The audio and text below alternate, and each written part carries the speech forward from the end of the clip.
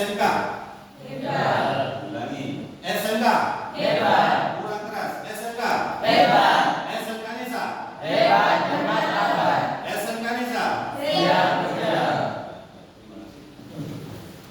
Baik, anak-anakku, kemarin kita sudah ada satu kali pertemuan bahwa pertama saya sudah mencoba melihat bagaimana gaya belajar Anda sebagai pertama kali untuk mempelajari tentang bagaimana itu pembelajaran projektifas, dan dengan gaya belajar dan minat kebutuhan Anda ini dalam belajar, maka saya berharap Anda nanti bisa melengkapi apa yang kurang di dalam persoalan di kalian sendiri, sehingga nanti apa yang menjadi target di vokasi atau jurusan yang nanti Anda pilih nanti betul-betul memenuhi target yang Anda inginkan, dan nanti yang jelas apa yang kita ungkapkan tadi sebagai slogan jargon betul-betul berwujud bahwa Anda ini hebat, bermartabat, dan siap.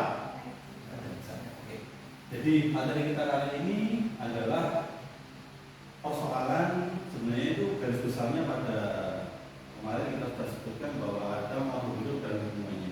Tetapi yang kita itu pada sisi ekologi, ekosistem, yaitu pengomposan, khususnya dalam hal apa kemarin itu limbah rumah tangga. Oke, limbah rumah tangga itu bisa disebutkan mungkin Mbak Tiara apa saja, mungkin sampai di rumah tangga itu apa saja limbahnya bisa disebutkan?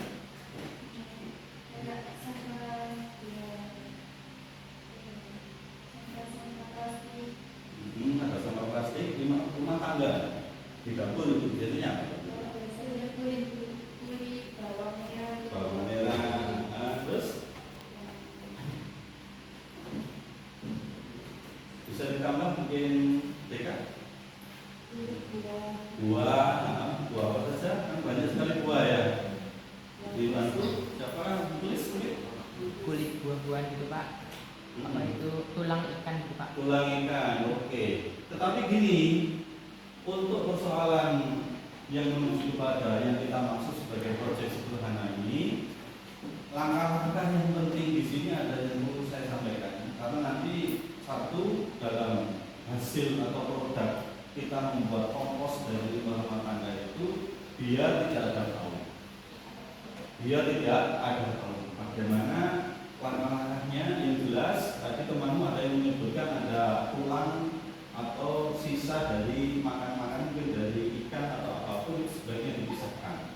Jadi yang kita maksud kompos di sini adalah bisa dari kulit bawang, bisa dari kulit buah-buahan, bisa dari sayuran, bisa dari, ya intinya semuanya berbau organik, tapi organik dari tumbuh-tumbuhan, tidak dari hewan. Kalau hewan nanti itu biasanya sering memicu adanya hama atau tikus dan memicu adanya haus. Jadi langkah-langkah yang pertama ini yang perlu saya fokuskan untuk anak-anak nanti biar kita produk hasil nanti bisa dipakai dengan baik. Kita sediakan tahapan pertama itu adalah tong sampah dari limbah bekasnya cat itu kita beli lubang sebagai sampah. Kemudian ini di tong itu pada tahap yang pertama kali kita beri tanah dulu. Kita beri tanah, kemudian baru limbah-limbah rumah tangga itu kita masukkan tahap pemilihan. Ingat anak-anak, harus dipilah. Apa harus dipilah? Mengapa dipilah? Ada bisa memberikan alasan mengapa dipilah? Ini nanti yang jelas tadi untuk menyadarkan atau menghilangkan atau minimalisir daripada bau. Kalau pasti mau menjadi tadi, ingat pasti itu tidak bisa dimulai oleh Pak. Jadi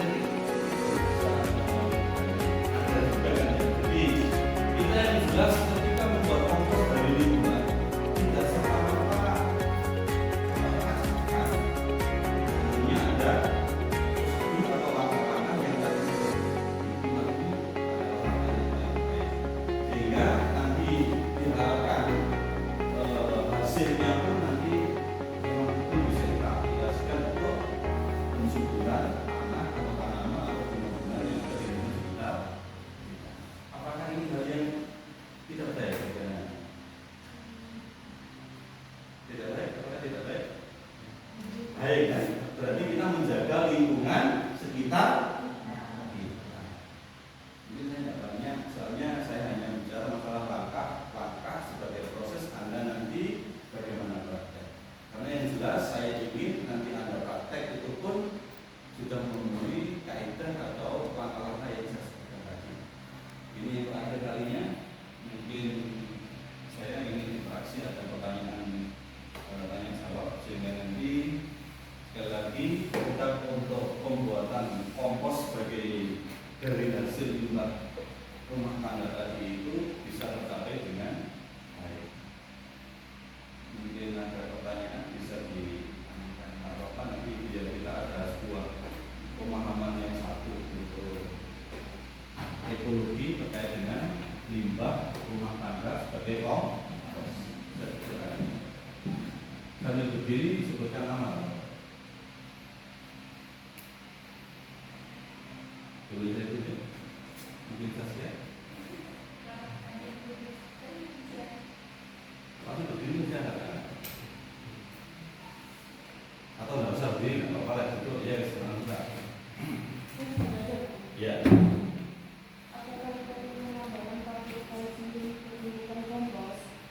Apakah dalam pengkomposan itu perlu ada penambahan kalsium atau kapur ya? Oke. Saya interaksi dulu, mungkin ada pertanyaan. Saya Pak. Oke. Untuk membuat kompos itu kira-kira waktunya berapa lama Pak? Berapa lama proses pembusukan oleh pengurai atau dekomposer? Oke. Kita bahas dulu ya karena ya. Ya nanti itu. Oke. Proses pupuk itu sebenarnya semakin baik itu memang perlu ada suatu katalis. Karena kalau paham tentang katalis itu sebenarnya suatu zat yang di situ banyak terdiri dari bakteri dan jamur yang tujuannya memang untuk mempercepat pembusukan. Kapur ini sebenarnya bukan bakteri, bukan jamur, tetapi dia itu adalah sesuatu unsur yang memang dibutuhkan oleh kapur atau kalium ini bisa kita aplikasikan sebagai campuran di hasil komposnya. Di hasil komposnya bukan pada proses saat kita membuat kompos. Karena kita murni bahwa langkah-langkah tadi yang saya sampaikan tadi itu adalah proses tanpa ada campuran yang hanya tanah biasa untuk media bagaimana limbah rumah tangga itu tidak menimbulkan. Kalau yang ditanyakan kepada kelas tadi, apakah berapa lama? Tapi sudah dari di awal kita menunggu sudah tidak lama, sekitar 10 hari sampai 14 hari. Karena apa? Ini tergantung karena kalau ini mempercepat berarti kompos atau limbah dari rumah tangga kita perkecil. Kalau kita perkecil berarti proses sentuhan daripada bakteri kulit semata aja kita biarkan besar-besar, maka jadi proses pembusukannya tidak lama.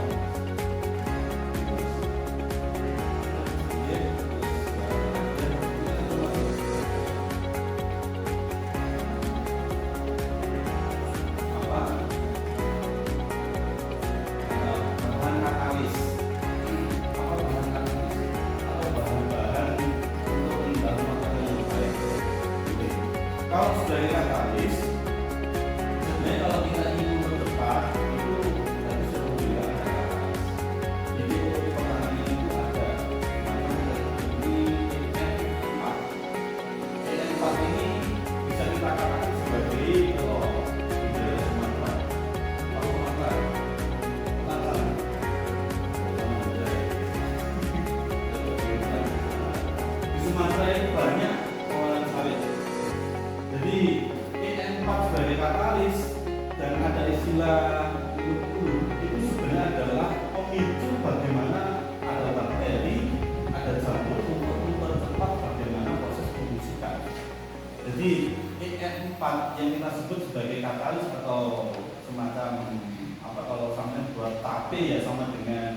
ragi itu ya, tahu ragi kan ya?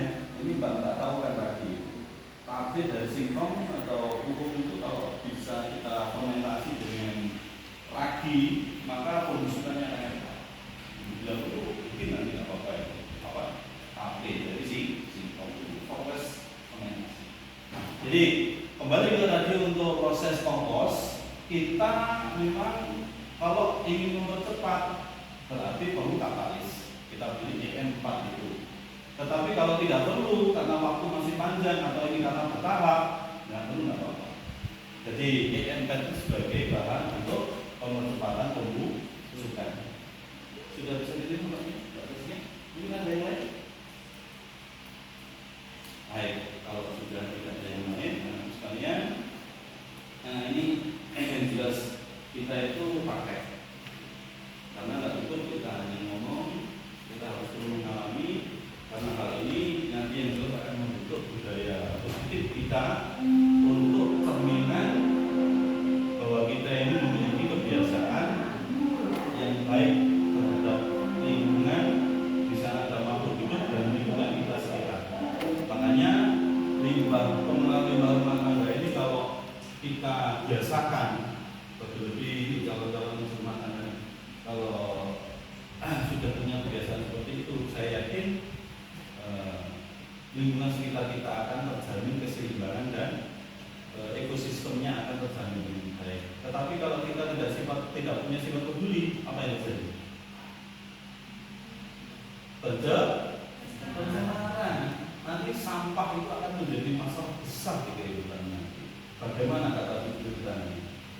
Bagaimana hari ini kalau kita tidak peduli terhadap sampah? Kita coba ada hal kecil di rumah tangga, kita kelola dengan baik. Berarti nanti kalau sampah ini terdiri dari satu rumah tangga, dengan otomatisnya Anda nanti akan sudah memberikan sumbangan untuk cerminan budaya positif, yaitu keseimbangan jiwa mandiri kalian nanti akan terbentuk. Baik, anakku, karena ini kayaknya sudah tidak perlu saya berlama-lama untuk memberikan satu pemahaman tentang langkah-langkah. Kalian jelas Anda nanti melakukan sebuah praktek untuk nanti saya ketahui sebagai hasil bagaimana pembuatan kompos dari limbah. Untuk penilaian nanti saya ingin melihat satu yaitu kekompakannya, ya, kekompakan dari tim kelompok yang sudah kita bentuk. Kemudian langkah-langkahnya. Kemudian bagaimana Anda mencampur antara tanah, ada limbah rumah tangga, dan kecermatan Anda di dalam mengamati tiap hari perubahannya itu seperti apa. Dan yang terakhir yang tidak kalah pentingnya adalah produk.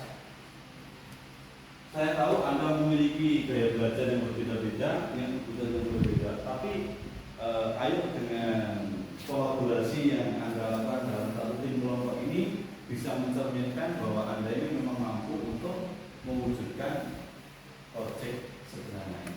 Siap anak-anak? Siap. Jaga diri baik-baik ya. Baik. Nanti minggu depan sudah kita mulai praktek untuk membuat kompos dari limbah. Baik. Untuk menghadiri pertemuan pembelajaran proyek IPAS dalam materi makhluk hidup dan lingkungannya terkait dengan ekologi ekosistem yang ada pada daerah lingkungan sekitar kita, kami sudahi. Kemudian saya mohon maaf, nanti anak-anak tetap bekerja. Kalau ada hal-hal yang terkait dengan teknis, nanti ditanyakan, jadi saya tidak apa-apa.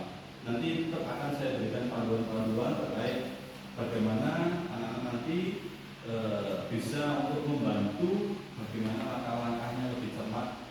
Saya berikan link atau saya berikan alamatnya untuk mencari di YouTube atau media yang nanti kita tulis. Baik anak-anak ya, sampai ketemu di pertemuan berikutnya. Tetap semangat dan nanti kita ketika praktek dalam kondisi yang sehat dan menyenangkan. Sudah ya, kami akhiri. Assalamualaikum. Assalamualaikum warahmatullahi wabarakatuh.